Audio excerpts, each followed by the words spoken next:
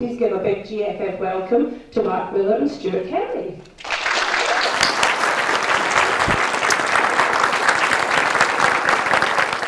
Mark Millar started in 2000 AD, he's worked for DC, he's worked for Marvel, particularly with the Civil War storyline. His own creator-owned comics have both been turned into films so far. We've got Wanted, which came out a few years ago with Angelina Jolie, and now KickAss. Anyone who knows the comic will realise that this sticks incredibly closely to your original vision. How did that come about? How did you keep that control for this? Well, it's quite interesting. Some directors like to make their own imprint on something. And other directors are just comfortable adapting material. They believe in the project and try and bring that to life. And Matthew Vaughn, the director of this movie, did Neil Gaiman's movie Stardust previously. And prior to that, he did Layer Cake with J.J. Conley's book. And what he did was he said to me, and it sounded like that kind of lies that a director tells a writer, but he said, I really believe the writer is king, and I'll be as faithful as possible. And I thought, yeah, okay, just give me the cash, and we'll just make the film. and I was just expecting him to go off and do his own thing, but he just stayed so faithful to it, to the point where they constantly had pages from the comic around the set. All the costume people, were following it as meticulously as they could. The cinematographer would pick the exact angles that John Romita Jr., the artist, chose for the book. And it's probably as faithful as a comic book adaptation's ever been. Even something like Spider-Man or Batman or so on is based on scenes from comics with lots of new material put in. I think 300's the only and Watchmen, I suppose, as well, has stuck so closely to the source material, which as a writer I love, it's great. Yeah.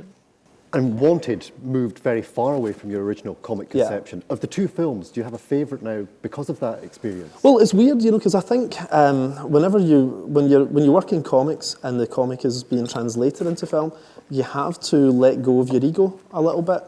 And sometimes a direct translation works brilliantly, and sometimes you have to play around with it to make it work. What works in prose and what works in comics doesn't always work in cinema.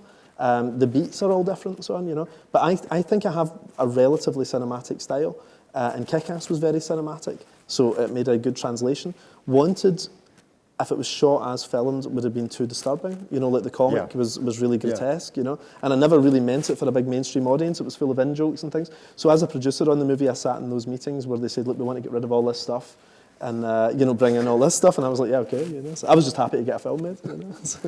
And Stan Lee, to anyone in here who doesn't know him, is like the godfather of geek. He's Calvin Klein for geeks, And he's my hero, absolute hero growing up. And Stan said to me, I interviewed him twice at one time, and we were talking for ages and ages on the phone, and he said to me that he thought it was weird that nobody was creating new characters. He says to me that, if he had just written about his childhood favourites, he'd have been writing Tarzan and Superman and Batman instead of creating Spider-Man and the Hulk and everything. And I thought that is quite odd.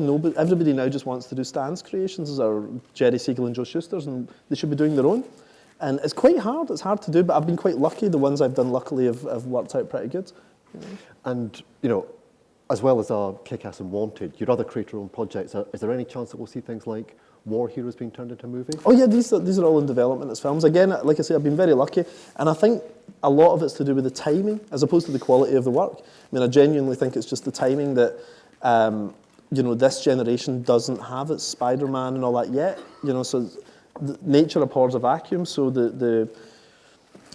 I think the studios were just looking for the next thing. You were already getting to Iron Man 2, even B-list characters, you're getting to Iron Man 2 or reboots of Daredevil and all that, so they're out there looking for the next thing. Yeah. And my stuff was just happening at that time, so Wanted to get picked up quickly, Kick-Ass insanely fast, and likewise, War Heroes Sony got really quickly. And the next three that I have coming out, I've got one out next month called Nemesis.